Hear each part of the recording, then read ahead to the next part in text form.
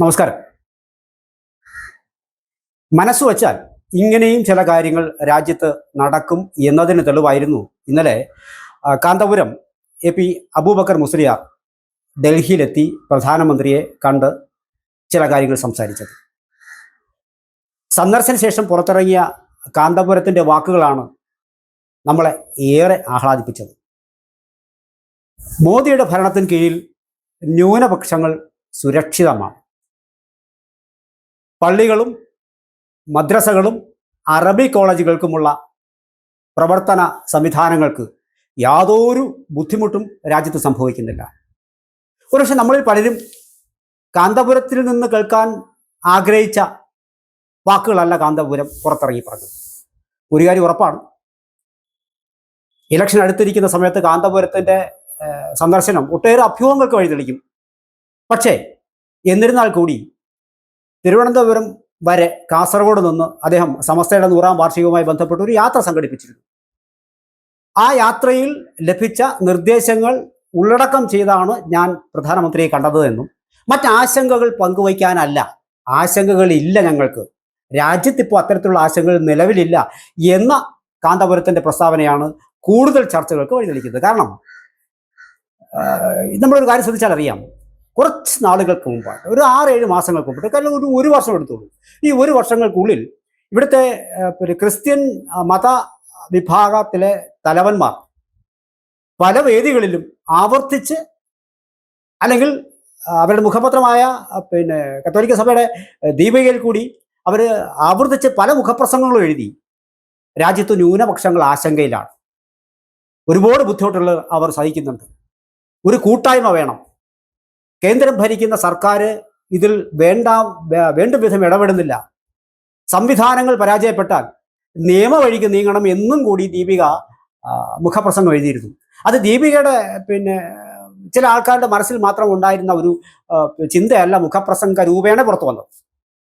നമ്മൾ ഓർക്കണം, ഇവിടെ ക്രിസ്തീയ മതവിഭാഗങ്ങൾ ഇങ്ങനെയാണ് എന്ന് പറയുമ്പോൾ മറ്റൊരു ന്യൂനപക്ഷ മതവിഭാഗം പറയുകയാണ്, സ്വാഭാവികമായിട്ട് ആ മതവിഭാഗമാണ് കൂടുതൽ വിമർശനങ്ങൾക്കും പാത്രമാകുന്നത്. അവർ പറയുകയാണ് ഞങ്ങൾക്ക് യാതൊരുവിധ ആശങ്കകളും ഇല്ല എന്ന്. സാന്ദർഭികമായി ഞാനൊരു കാര്യം പറഞ്ഞുകൊള്ളട്ടെ, ഒരു ഇസ്ലാം മതവിഭാഗമാകട്ടെ, ഹിന്ദു ആകട്ടെ, മറ്റു പല ഏത് മതവിഭാഗങ്ങളുടെ വളരെ തീവ്രമായി ചിന്തിക്കുന്ന ഒരു വിഭാഗം ഏത് മതത്തിലും ഉണ്ടാവും, സ്വാഭാവികമാണ്, അത് ഇസ്ലാം മതത്തിലുണ്ട്.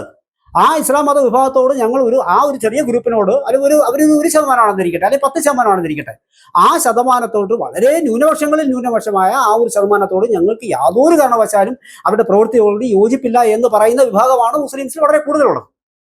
പക്ഷെ നേരെ മറിച്ച് നമ്മൾ ക്രിസ്തീയ വിഭാഗങ്ങളിലേക്ക് നമ്മൾ നോക്കിക്കഴിഞ്ഞാൽ സ്വാഭാവികം കാണാം, അവരെ സംബന്ധിച്ചിട്ട് ഏറ്റവും കൂടുതൽ അവർ രാജ്യമെമ്പാടും ചില ആക്രമണങ്ങൾക്ക് വിധേയമാകുന്നെങ്കിൽ അതിന് ഒരു ഭാഗം പറയുന്നത് നിർബന്ധിത മതപരിവർത്തനം എന്നതാണ്. അത് ശരിയാകാം, തെറ്റാകാം.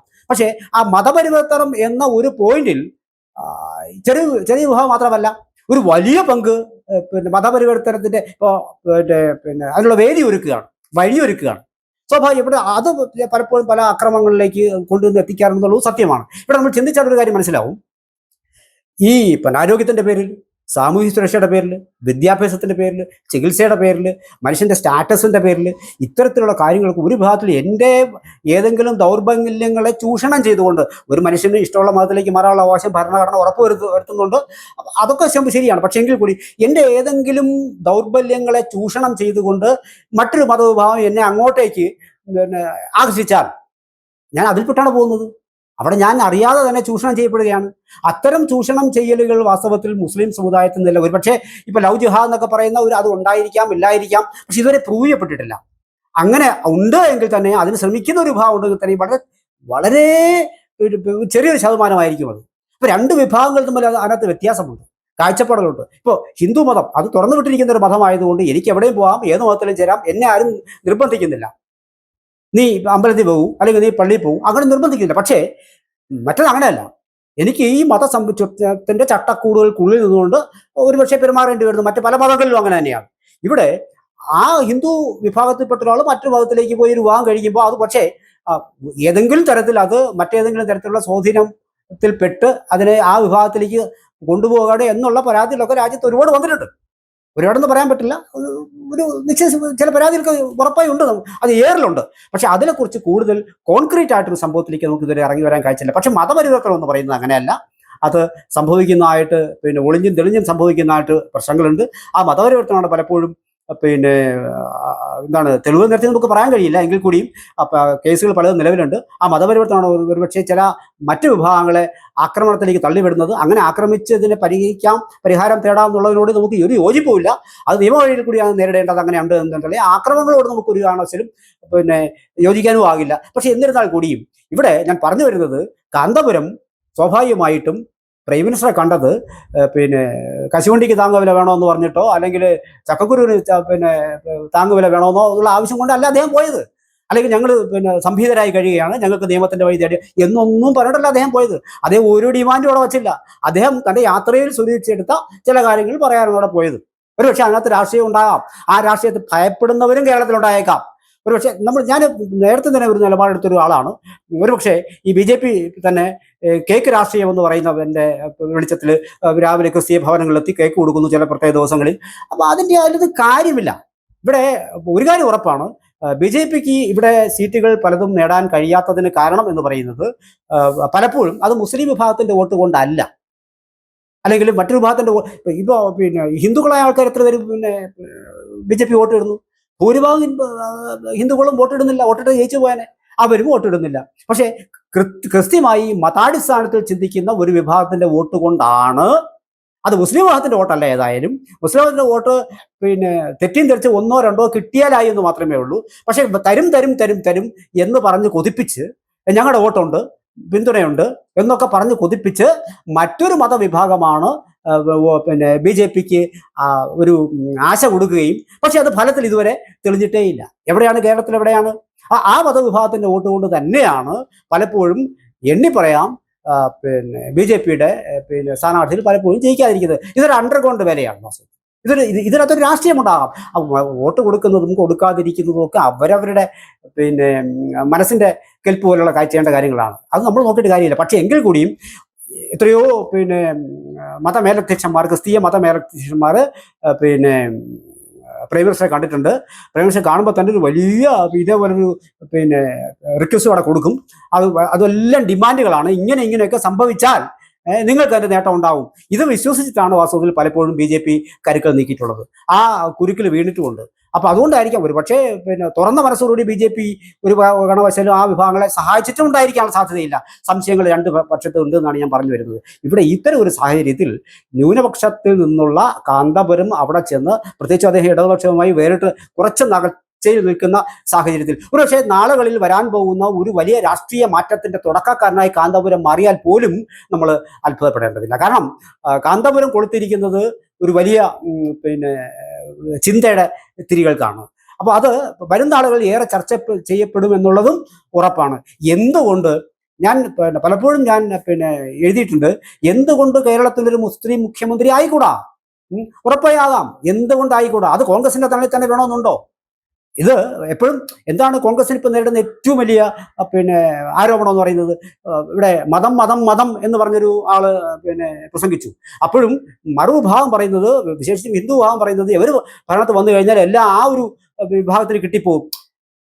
അവർ ഒരുമിച്ച് നിന്ന് ഫൈറ്റ് ചെയ്യുന്നു. ഇത്രയധികം സീറ്റുകളുണ്ട് അവർക്ക്. പൊളിറ്റിക്കലി അവർക്ക് ആവശ്യപ്പെട്ടത് നേടിയെടുക്കാം. പിന്നെ ചില തീവ്രമായി ചിന്തിക്കുന്നു, തീവ്രമായി സംസാരിക്കുന്നു, മതസ്പർദ്ധ ഉണ്ടാക്കുന്ന രീതിയിൽ ചിന്തിക്കുന്നു, ഡിവൈഡ് ചെയ്യുന്ന ഇത് ചിന്തിക്കുന്നു. അതൊക്കെ സ്വാഭാവികമായിട്ട് ഒഴിവാക്കേണ്ടുന്ന കാര്യങ്ങളാണ്. എല്ലാ മതക്കാരും അങ്ങനെ സംസാരിച്ച് കഴിഞ്ഞാൽ ഉണ്ടാകുന്ന സമൂഹത്തിന്റെ സ്ഥിതി വളരെ ദയനീയമായി പോകും. അതൊക്കെ ഉറപ്പായി നമ്മൾ ഒഴിവാക്കേണ്ട കാര്യങ്ങളാണ്. പക്ഷെ എന്നിരുന്നാൽ കൂടിയും എന്തുകൊണ്ട് ഒരു മുസ്ലിം മുഖ്യമന്ത്രി ആയിക്കൂടാ എന്ന ചിന്ത ഏറെ നാളായി ഞാൻ പലപ്പോഴും പങ്കുവയ്ക്കാറുണ്ട്. അത് ഇപ്പോഴും ഞാൻ അതിനെ പങ്കുവയ്ക്കുന്നു. പക്ഷെ അതിനകത്ത് നമ്മളെപ്പോഴും പൊളിറ്റിക്കലി ഒരു കാര്യത്തെ കാണുമ്പോൾ അത് BJP ആയിക്കോട്ടെ, CPM ആയിക്കോട്ടെ, അല്ലെങ്കിൽ കോൺഗ്രസ് ആയിക്കോട്ടെ, പൊളിറ്റിക്കലി എല്ലാ പേരും അവരവരുടെ ഗെയിനിന് വേണ്ടി മാത്രമാണ് ചിന്തിക്കുന്നത്. ഒരു കാര്യം ഞാൻ ഈ സന്ദർഭത്തിൽ ഓർക്കുന്നു, 2014 നരേന്ദ്രമോദി ഭരണത്തിലേക്ക് വരുമ്പോൾ ഏറെ കടമ്പകൾ കടന്നാണ് അദ്ദേഹം ഈ സീറ്റിലേക്ക് എത്തിയത്. അദ്ദേഹം ഗുജറാത്തിന്റെ മുഖ്യമന്ത്രി ആയിരിക്കുന്നു. അവിടെ നടക്കുന്ന വലിയ കലാപങ്ങൾ സംഭവിക്കുന്നു. ഈ കലാപങ്ങളിൽ നേരിട്ട് പങ്കെടുത്തു എന്ന് പറഞ്ഞ് ഇന്നത്തെ ആഭ്യന്തരമന്ത്രിയെയും മോദിയെയും ഒരുപക്ഷെ ജയിലിൽ കടന്നു. അമിത്ഷാ പ്രധാനമന്ത്രിയായതിനു ശേഷം ഇദ്ദേഹത്തിൻ്റെ പല നാടുകളിലേക്കുള്ള വിദേശ രാജ്യങ്ങളിലേക്കുള്ള യാത്രകൾ വിലക്കപ്പെടുന്നു. ആ യാത്ര വിലക്കപ്പെട്ട സമയത്ത് അദ്ദേഹത്തിനുണ്ടായ ബുദ്ധിമുട്ടുകൾ ശേഷം ഈ വിലക്കിയ രാജ്യങ്ങൾ തന്നെ അദ്ദേഹത്തെ ഇരുകയും നീട്ടി ആനയിക്കുന്നു. ഒരുപാട് പരീക്ഷകളിൽ കൂടി കടന്നു വന്ന ഒരാളാണ് ഇന്ത്യൻ പ്രധാനമന്ത്രി. ആ പരീക്ഷണങ്ങൾക്കൊടുവിലാണ് അദ്ദേഹം തീരുമാനിച്ചത്, ഞാൻ ഇനി മാധ്യമങ്ങളുടെ സൃഷ്ടി ആയിരുന്നില്ല ഒരിക്കലും നരേന്ദ്രമോദി. മാധ്യമങ്ങളുടെ പിന്തുണയില്ലാതെ ദീർഘനാൾ ഗുജറാത്തിലെ മുഖ്യമന്ത്രി ആയിരിക്കുകയും പടി തൊട്ട് വണങ്ങി അദ്ദേഹം പാർലമെന്റിന്റെ ഉള്ളിലേക്ക് കയറുകയും ചെയ്ത ഒരു പ്രധാനമന്ത്രിയാണ്. ആ പ്രധാനമന്ത്രിയാണ് പിന്നീട് തീരുമാനിച്ചത്, ഞാൻ തീരുമാനിക്കുമ്പോൾ മാധ്യമങ്ങൾ എൻ്റെ മുന്നിൽ വന്നാൽ മതി, പകരം ഞാൻ ഇന്ത്യയിലെ ഏറ്റവും വലിയ മാധ്യമമായ ആകാശവാണിയിൽ കൂടി ഞാൻ പൊതുജനങ്ങളുമായി സംവദിക്കും. ആ പ്രോഗ്രാം എത്രമാത്രം ഹിറ്റായി. റേഡിയോ കേൾക്കാൻ ആൾക്കാരെ പ്രേരിപ്പിച്ചില്ലേ? ആൾക്കാരെപ്പോഴും നിരന്തര സമ്പർക്കം പൊതുജനങ്ങളുമായി നരേന്ദ്രമോദിക്കുണ്ട്. അദ്ദേഹം അത് റേഡിയോ വഴിയാണ് ചെയ്യുന്നത്. ആ കാലഘട്ടത്തിൽ പോലും, ഗുജറാത്ത് മുഖ്യമന്ത്രി ആയിരിക്കുന്ന കാലഘട്ടത്തിൽ പോലും അദ്ദേഹത്തെ ഒരു പിന്നാക്കക്കാരൻ എന്ന് ചിന്തിച്ച് അദ്ദേഹത്തിൻ്റെ വളർച്ചയ്ക്ക് തടസ്സമായി നിന്നിരുന്ന മുന്നാക്ക വിഭാഗങ്ങളും ഹിന്ദുവിൽപ്പെട്ട മുന്നാക്ക വിഭാഗങ്ങളും ഉണ്ടായിരുന്നു. ആ എതിർപ്പുകൾ പോലും മറികടന്നാണ് ഒറ്റയ്ക്ക് തൻ്റെ ആ ഭരണ ചാതുര്യം അദ്ദേഹം പഠിച്ചെടുക്കുകയായിരുന്നു. ഓരോ നിമിഷങ്ങളും മുഖ്യമന്ത്രി ആയിരിക്കുമ്പോൾ അദ്ദേഹത്തിന് പരീക്ഷണ ഘട്ടമായിരുന്നു. അങ്ങനെ ട്രെയിൻ ചെയ്ത് സ്വന്തമായി തീരുമാനമെടുക്കുന്ന ഒരു അവസ്ഥയിലേക്ക് ഉയർന്നു വന്ന മനുഷ്യനാണ് നരേന്ദ്രമോദി. ഒരിക്കലും നമുക്ക് നരേന്ദ്രമോദി ആ കാര്യത്തിൽ നമുക്ക് മാറ്റി നിർത്താൻ കഴിയില്ല. ഒരുപാട് ഘട്ടങ്ങൾ ഇപ്പോൾ ലോകമെമ്പാടും ഇപ്പോൾ US പ്രസിഡന്റ് എത്രയോ തീരുവയുടെ പേരിൽ എന്തെല്ലാം പറഞ്ഞു, മറുപടി പറയുന്നില്ല. അമേരിക്കയുടെ മുന്നിൽ കീഴടങ്ങുന്നു. ഒന്നിനും വശംവദനാകാതെ ഒരു ലോകമെമ്പാടും വരുന്ന ചില പരാമർശങ്ങളിൽ പോലും മുഖം പോലും കൊടുക്കാതെ, മറുപടി പറയാതെ അദ്ദേഹം തൻ്റെ പ്രവൃത്തിയിൽ മാത്രം നിൽക്കുകയാണ്. രാജ്യത്തിൻ്റെ പുരോഗതി, രാജ്യത്തിൻ്റെ വികസനം, ഇന്ത്യയുടെ സാമ്പത്തിക അവസ്ഥ എങ്ങനെ മുന്നോട്ട് കൊണ്ടുപോകും, ലോകരാജ്യങ്ങൾക്ക് മുന്നിലെത്തി എങ്ങനെ ഇന്ത്യയിലെത്തിക്കാം, ഇന്ത്യയുടെ ആയുശേഷി എങ്ങനെ വർദ്ധിപ്പിക്കാം, ഇന്ത്യക്കാരിൽ ശാന്തിയും സമാധാനവും എങ്ങനെ വർദ്ധിപ്പിക്കാം എന്ന ഉറച്ച ചിന്തയിൽ കഴിഞ്ഞു പോകുന്ന ഒരു പ്രധാനമന്ത്രിക്ക് മുന്നിൽ വന്നിട്ടാണ് കാര്യം ഏതാണ്ട് മനസ്സിലായ വീട്ടിൽ കാന്തപുരവും ഒടുവിൽ പറഞ്ഞത്, ഞങ്ങൾ സുരക്ഷിതരാണ്, ഇവിടെ ശാന്തിയും സമാധാനവും ഞങ്ങൾക്കുമുണ്ട്, ന്യൂനപക്ഷങ്ങൾക്കുണ്ട്.